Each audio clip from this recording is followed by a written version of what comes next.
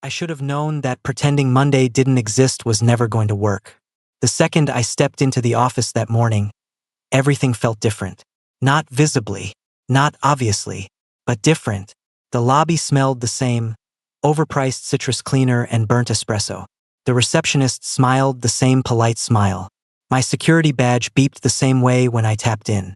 But my pulse was louder, because somewhere upstairs, in a glass-walled corner office, was Griffin Hale. And now I knew something about him. Or maybe the more dangerous truth was, he knew something about me.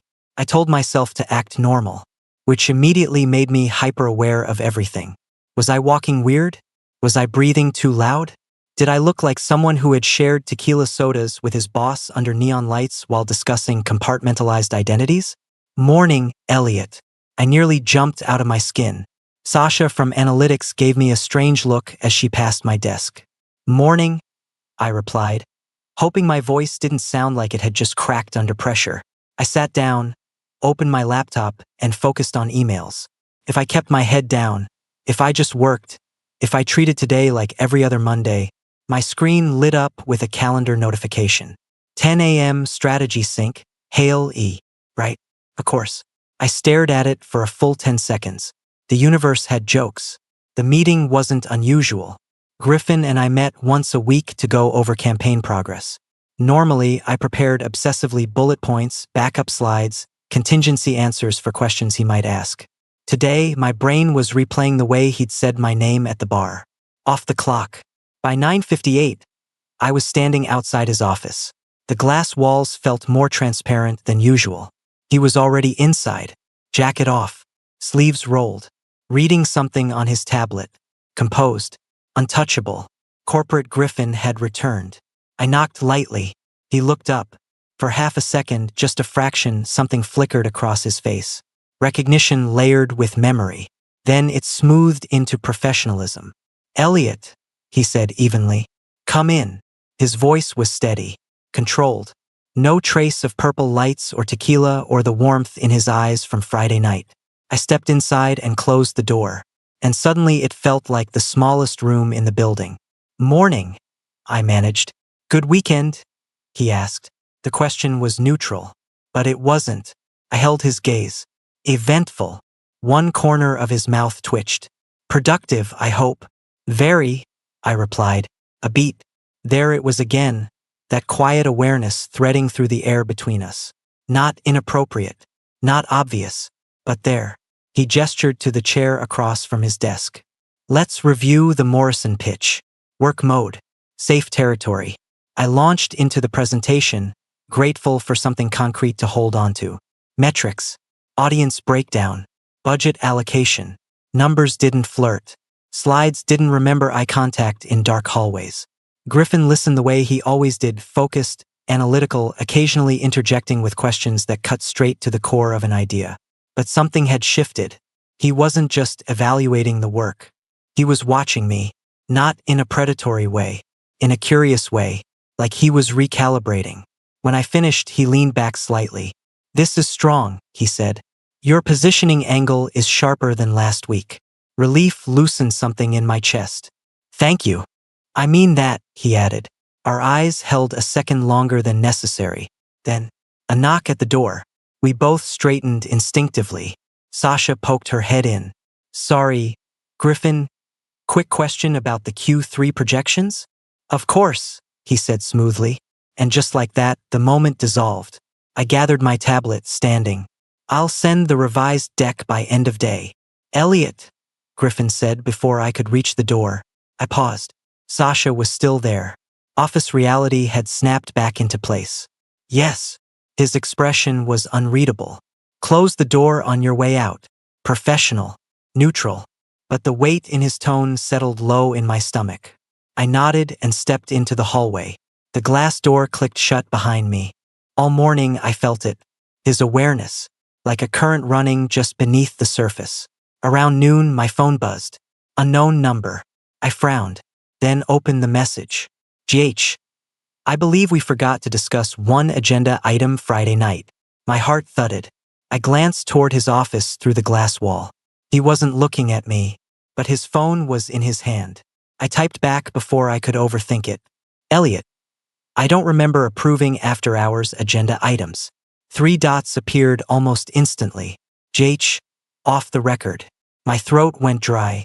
I stared at the message for a full 5 seconds. Then, Elliot, that sounds dangerously close to poor boundary management. Sir. There was a longer pause this time, long enough for me to question every life choice that led to that text. Then my phone buzzed again. JH, careful, Elliot. You're assuming I'm the one at risk of crossing a line. Heat rushed straight down my spine. I swallowed. Across the office, he finally looked up. Not at the room. At me. No smile. No smirk. Just that steady, assessing gaze. And for the first time since Friday night, I realized something that made my pulse spike even harder. He wasn't uncomfortable. He wasn't embarrassed. He wasn't pretending it hadn't happened. He was choosing to acknowledge it. Carefully. Strategically. Like everything else he did. My phone buzzed again. JH, lunch. 1:30. Conference room B. Neutral territory. Neutral territory. Right. I typed back before my nerve could disappear. Elliot. Are we discussing Morrison or agenda items? This time, when I looked up, he was smiling. Subtle. Dangerous. JH. That depends on how brave you're feeling today. And just like that, I knew. Friday night hadn't been a fluke. It had been a beginning. I showed up to conference room B at 1:28. Not because I was eager. Because I refused to be late when tension is involved. The room was smaller than Griffin's office, frosted glass walls. Long table, neutral gray chairs. It always felt like the place where uncomfortable conversations happened. Budget cuts. Strategy pivots. Damage control. Appropriate. He was already inside. Of course he was. Jacket back on. Laptop closed. Phone face down on the table. Waiting. The second the door shut behind me, the air shifted. Not inappropriate. Just honest. Relax, he said mildly, noticing my posture. I am relaxed. You're standing like you're defending a thesis. I exhaled and sat across from him. Old habits. His eyes held mine for a moment longer than necessary. I don't want this to be uncomfortable, he said, which was ironic, because it was already the opposite of comfortable. It doesn't have to be, I replied carefully. He nodded once. Good. A beat of silence stretched between us, not empty, but loaded. Then he leaned back slightly. I meant what I said Friday, he continued, about compartmentalizing. I studied his expression. You don't let work and personal life mix. Correct. But you also walked across a crowded club to talk to your employee. The faintest shift in his jaw. Yes. I waited. He didn't look away. That wasn't impulsive, he said finally. I considered ignoring you. I raised an eyebrow. I'm honored I made it to the pros and cons list. One corner of his mouth moved. You did. Something about that tightened my chest. He wasn't flirting for fun. He was calculating. Careful. I'm not reckless, Elliot, he continued. Especially not with my career. Or with people who report to me. There it was. The boundary. Clear. Direct. I nodded slowly. Understood. But I didn't stand. And neither did he. Because the thing neither of us was saying sat right in the middle of the table between us. You came over anyway. You asked if anyone at work knew, I said quietly. His expression sharpened slightly. No. And do you want them to? No. The answer was immediate. Honest. Not ashamed. Strategic. I let that settle. Then this isn't just about HR, I said. His gaze flicked to mine. No, he admitted. There was something different in him now, not boss, not executive. Just a man who had decided to say something real. When you're in leadership, he said slowly, you become a symbol whether you want to or not. Stability, predictability, control. And being openly gay threatens that? In certain rooms, he said calmly. Yes. I hated that he was probably right. Corporate inclusion was glossy in brochures, less so in board meetings. So what are we doing right now? I asked. He didn't answer immediately, and that pause told me everything. I don't know yet, he said finally. Honest again. That did something to me. Because Griffin Hale did not operate in I don't know. And you?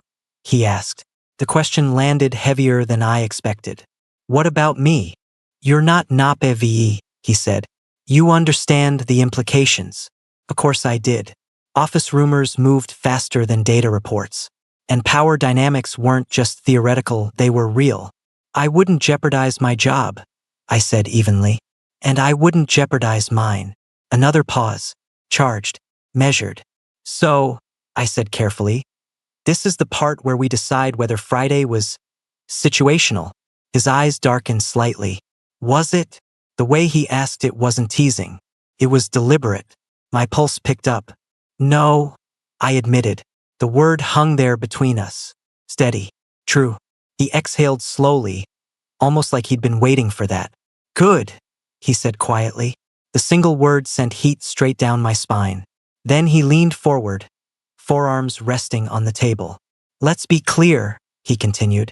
If anything happens, it will not impact your role here. You will never receive preferential treatment. And if at any point you feel uncomfortable, this stops. I blinked. That wasn't what I expected. He wasn't positioning himself as powerful. He was leveling the field. I appreciate that, I said softly. I need you to understand, he added, voice lower now, that I respect you, professionally first. The way he said first made my stomach flip. And second, I asked before I could stop myself. His gaze held mine.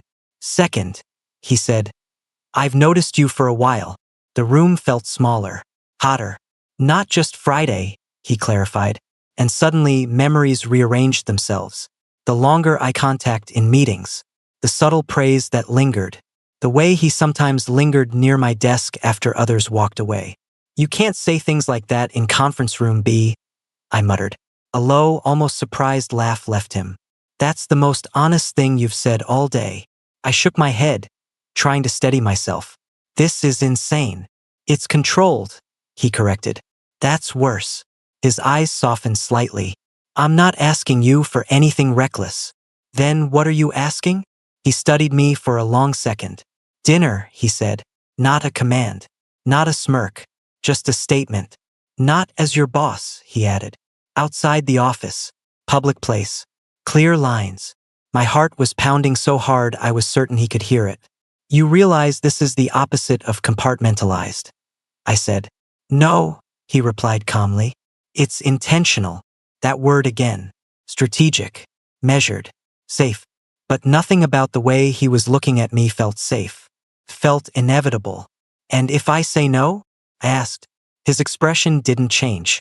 Then we returned to Friday being a coincidence. Clean exit. No retaliation. No weirdness. Just professionalism. God, he really was like this in every part of his life. I studied him across the table. The man who commanded boardrooms. The man who stood under purple lights with a softer smile. The man who just asked me to dinner like it was both the simplest and most complicated thing in the world. You don't make impulsive decisions, I said. No. So you've thought about this? Yes. How long? Another pause. Then, long enough. That did it. The honesty. The lack of games. The fact that he wasn't pretending this was just chemistry. He had considered it, measured it, and still asked. I stood slowly, walked toward the door. His eyes tracked me the entire time. I reached for the handle, paused, then looked back at him. Friday, I said carefully. You said we could pretend Monday didn't happen. Yes. I opened the door halfway. Tonight, I added. We're off the clock. His jaw tightened just slightly. Elliot, text me the details. I finished. And then I stepped out before my courage could evaporate. As I walked back to my desk, my hands were shaking. Not because I was scared, because something had shifted. Not reckless, not messy, deliberate. And for the first time since I'd started working here, I wasn't just trying to impress Griffin Hale. I was choosing him. I changed shirts 3 times, which is embarrassing, because it was just dinner. Not a date, not officially. Just 2 consenting adults meeting outside office parameters in a neutral environment with clearly stated boundaries. Right? I stared at myself in the mirror and immediately rolled my eyes. You're 26, I muttered. Act like it. My phone buzzed. 7:30. Arden Bistro. Under your name. Under my name. Of course it was. Strategic. If anyone from work happened to see the reservation, it wouldn't be his. God, he thought of everything. I grabbed my jacket and headed out before I could second-guess myself. Arden Bistro was dim but not intimate. Busy enough to feel anonymous. Quiet enough to talk. Neutral territory. He was already there. Again. Standing near the host stand, hands in his pockets. No suit jacket this time. Dark sweater. Dark jeans. Relaxed. Less CEO. More man. When he saw me, something shifted in his expression. Not surprise. Not calculation. Approval. Which, annoyingly, made my chest tighten. Elliot, he said. Griffin. We both paused. And then, he smiled. Not corporate. Not careful. Just warm. You look good, he said. Simple. Direct. I swallowed. So do you. The host led us to a table near the back. Candlelight flickered low between us. For a second, it was almost absurd. This was the same man who dissected quarterly reports with surgical precision. Now he was pulling out my chair. You're staring, he said lightly once we sat. I'm recalibrating. His eyebrow lifted slightly. And you're different. How? Not defensive. Genuinely curious. You're not guarded. He considered that. I don't need to be here. That answer hit harder than I expected. You don't. No. He folded his hands loosely on the table. I chose to ask you to dinner. I chose to show up. That removes the need for armor. I leaned back slightly. That's a dangerous thing to say. Why? Because now I know you want to be here. His gaze held mine. I do. There was no power dynamic in that moment. No hierarchy. Just intention. The waiter interrupted to take our orders, and the break in eye contact almost felt like surfacing for air. When we were alone again, the tension returned, softer now, but deeper. Tell me something, he said. About you. Something I don't already know from performance reviews. I huffed a quiet laugh. You read those closely? I read everything closely. Of course he did. I thought for a second. I almost didn't take this job. His expression shifted slightly. Why? I had another offer. Smaller agency. Less pressure. But this place scared me. And that made you choose it. Yes. A faint smile touched his mouth. That tracks. What does? You don't avoid pressure, he said. You rise to it. The way he said it felt less like observation and more like recognition. And you? I asked. Why marketing? He leaned back slightly, considering. My father was in finance. Very traditional. Very structured. I could almost picture it. Marketing felt flexible. Strategic. But creative. And being openly gay didn't feel flexible. His jaw tightened just slightly. No. There it was again. Not shame, but history. Was it bad? I asked quietly. At home, he clarified. I nodded. A small pause. It was managed. That word again. Managed. Meaning it wasn't celebrated. But it wasn't disowned either. Conditional tolerance. I understood that more than I wanted to. And work. I pressed. Work rewards predictability. And you're predictable. In most things. The way he said that made heat rise in my chest. In most, I echoed. His eyes darkened slightly. I didn't plan on meeting you under purple lights. I smiled despite myself. You're really stuck on the lighting.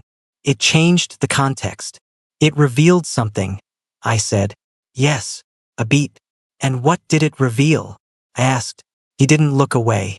That I'm tired of splitting myself in half. The honesty in that knocked something loose in me. This doesn't fix that, I said gently. No, he agreed. But it's a start. The food arrived, grounding us briefly in something normal.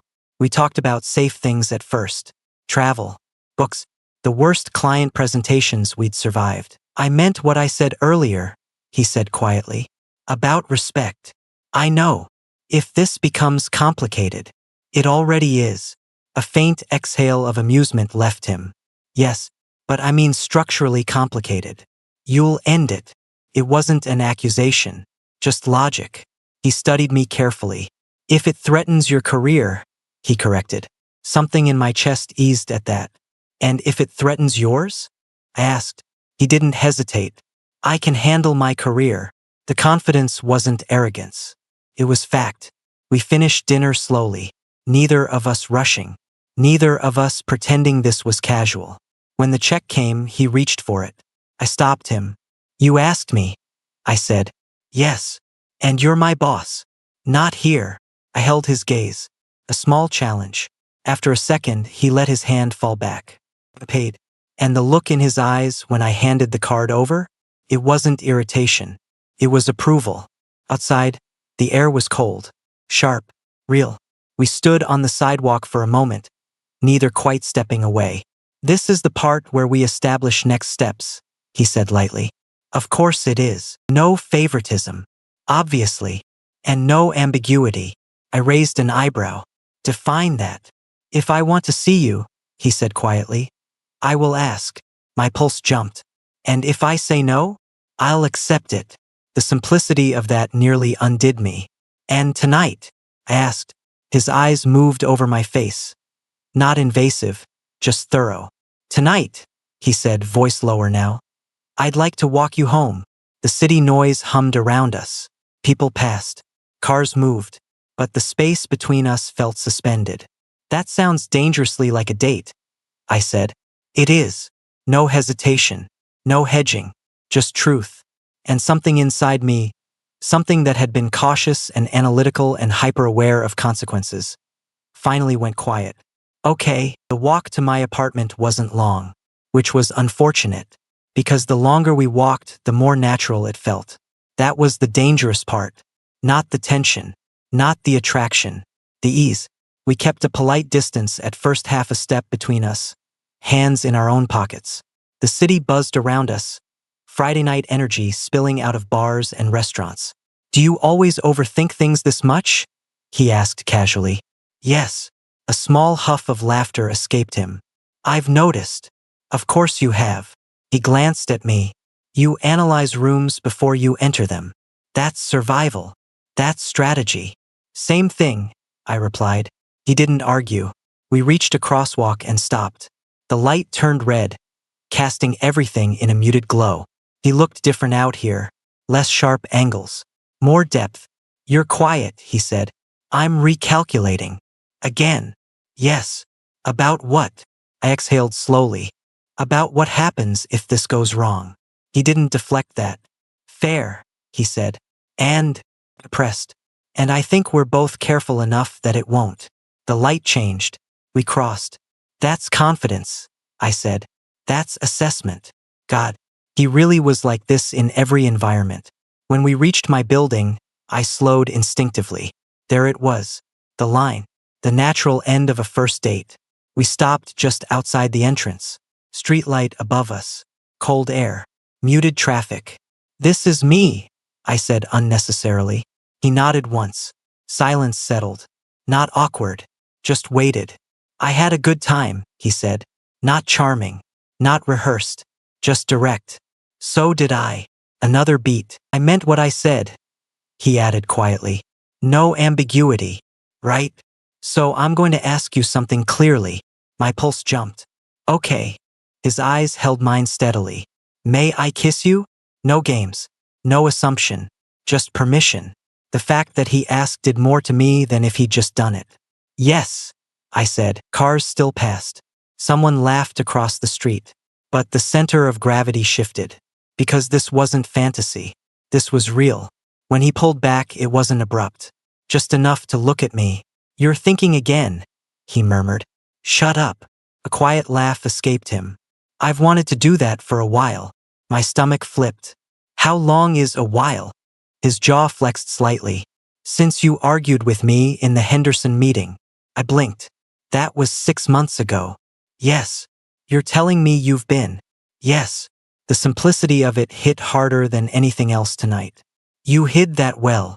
I don't mix impulse with leadership. But you're mixing something now. His eyes darkened just slightly. Yes. The air between us shifted again. Softer. Warmer. More dangerous. Come upstairs, I said before I could overanalyze it. The words hung there. He didn't move immediately. Instead, he studied my face. "This is where I confirm," he said quietly, "that you're not feeling pressured. I'm not. Not because I'm your boss. No, not because this feels intense. It feels intentional." Something in his expression softened at that. "Okay," he said. We stepped inside together. The elevator ride was different. The doors opened on my floor. We walked down the hallway. I unlocked my door. And suddenly my apartment, which had always felt comfortably mine, felt exposed. Personal. He stepped inside slowly, glancing around. "It's exactly how I pictured," he said. "Neurotic but organized?" "Intentional," he corrected. I closed the door behind us, and the click of the lock echoed louder than it should have. We stood there for a second, facing each other. No office, no public street, no neutral ground, just us. "You're still evaluating," he said softly. "Of course I am." I stepped back first, giving him space to move further inside. He slipped off his shoes neatly by the door without being asked.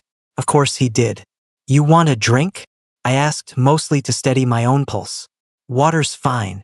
I disappeared into the kitchen for a moment, gripping the counter while my heartbeat tried to recalibrate. This was real. Not club lighting. Not candlelight. Not sidewalk tension. My apartment. My choice. When I came back, he was standing near the bookshelf, scanning the titles.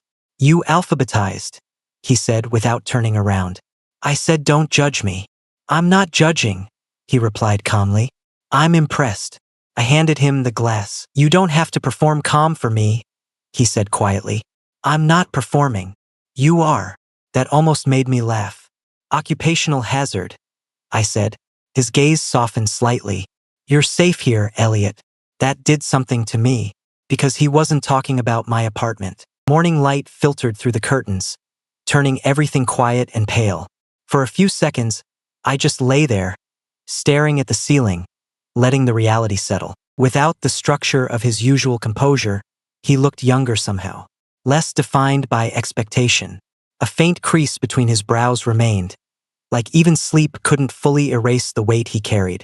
I wondered when the last time was that someone saw him like this, unobserved, unperforming. My movement must have shifted something, because his hand tightened slightly before his eyes opened. There was a brief second of disorientation, then recognition, then something softer. "Morning," he murmured, voice rough with sleep. "Morning." Silence stretched between us, but it wasn't awkward.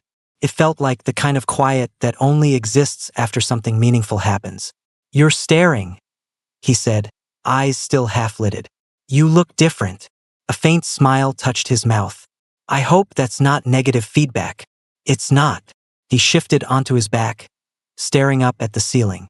Another pause. "Do you regret this?" he asked. Direct, of course. I didn't hesitate. "No."